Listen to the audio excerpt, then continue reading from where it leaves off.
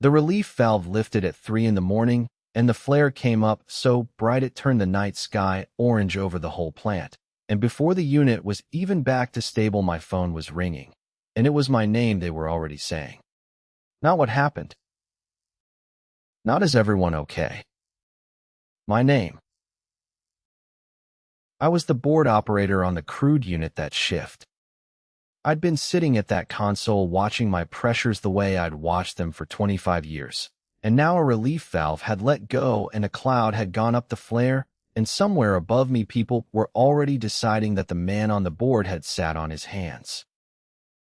25 years I ran a control board in that refinery. 25 years, and I have never once ignored an alarm. Not one. That's not me bragging. That's the whole job. A board operator who respects the alarm is a board operator who gets to go home with all his fingers, and everybody else gets to go home too. I was the one they put on the crude unit on the ugly shifts because I did not get rattled and I did not let a number pull me off of doing it right. Disciplined. That was the whole thing I sold. Disciplined was the only thing I ever sold. And in one radio call, I was the operator who let a unit go. I want to tell you about the man who did it to me. His name was Renner, and he was my shift supervisor. A supervisor on a refinery shift carries the production. He's the one getting leaned on from above about rates and run lengths, and whether the unit stays online. And that night the crude unit was climbing on pressure, and the right thing, the thing I was calling for, was to bring it down and do a controlled shutdown and figure out why. And a controlled shutdown is hours of lost production and a restart nobody upstairs wants to explain. So Renner made a different call. He came onto my board, and he suppressed the high-pressure alarm, silenced it, took it off the annunciator so it would stop screaming, and he raised the set point limit to keep the unit online and running hard. He held it past where it should have gone, chasing the shift's numbers, betting the pressure would ride it out. It didn't ride it out.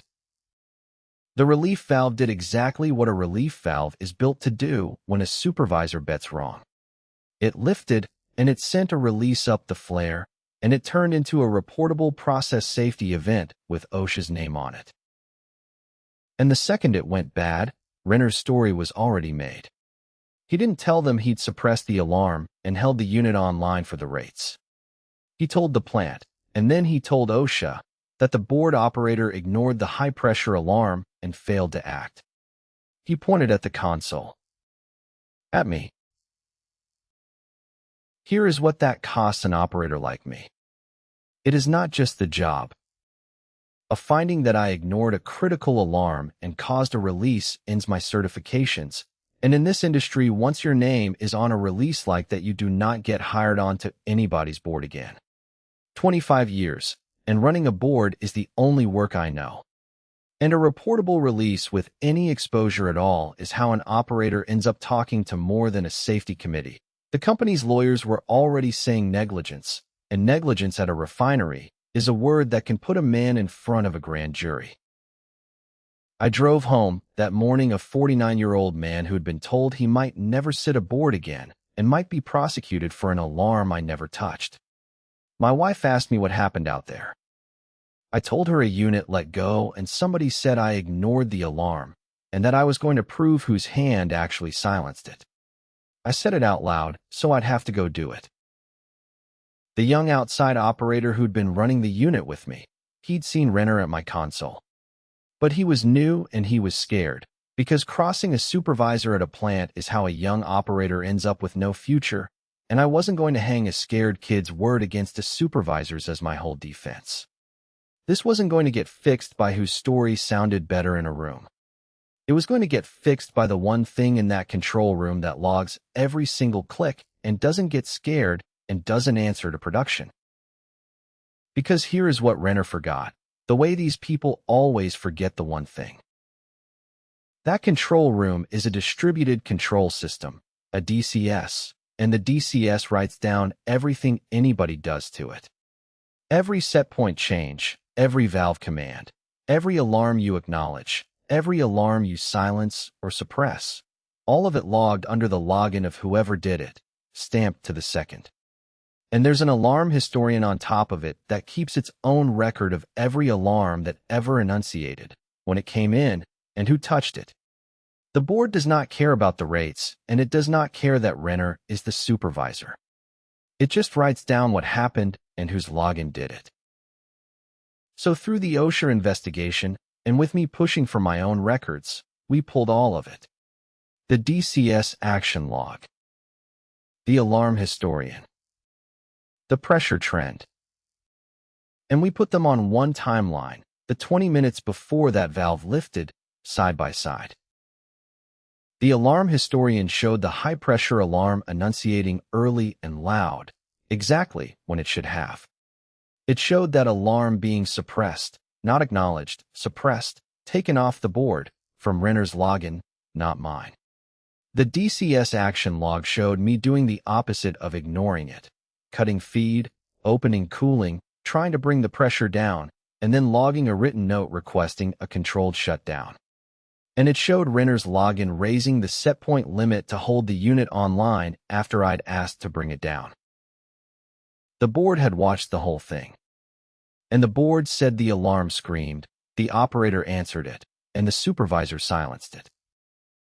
They held the process safety review in the plant's main conference room. The plant manager was there. The OSHA investigator was there. Renner was there, in a clean shirt, still sure that a supervisor's word beats a board operator's, the way it usually does. My rep put the 3 timelines up on the screen together, and we didn't argue. We walked the 20 minutes.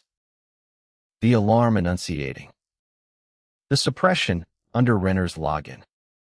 My corrective actions. My written shutdown request, timestamped, ignored. And Renner's setpoint override holding the unit online into the release. The OSHA investigator asked Renner one question. He asked him whose login had suppressed the high-pressure alarm. Renner didn't have an answer because it was on the screen in his own login. The young outside operator, watching the historian back him up, said out loud that Renner had been at my console. And I watched it land on Renner in front of the plant manager and the federal man. The moment he understood that the board had been keeping its own record the entire time, and the board doesn't feel the pressure from upstairs and doesn't care who's in charge of the shift. They cleared me completely. My certifications were never really in danger once the alarm historian was in front of OSHA. The record had me answering that alarm, not ignoring it. I got my job back and the back pay, and a finding on the record that the release was caused by an unauthorized alarm suppression and an overridden safety limit, and that the board operator acted correctly. The plant changed how alarm suppression works. Nobody can silently suppress a safety alarm from a login anymore. It takes a logged, dual authorization, and every suppression throws a flag to the shift and to safety. The scared young operator never took a mark, and he's still on the units. I made sure his name stayed clean. And Renner was fired, referred to OSHA for a willful process safety violation, and handed to the people who prosecute suppressing a safety alarm, the same career-ending machine he'd tried to feed me into. I still run the crude unit board. Same console, same pressures, same alarms that I answer every single time, no matter who's standing behind my chair telling me the rates need it. And sometimes on a quiet night shift, watching my trends ride flat and steady, I think about how the whole time they were calling me the operator who ignored the alarm. The thing that was going to save me was the board itself, quiet under my hands, writing down every click I made and every click I didn't. I built 25 years on respecting the alarm. It turned out the board had been keeping that record right alongside me the whole time.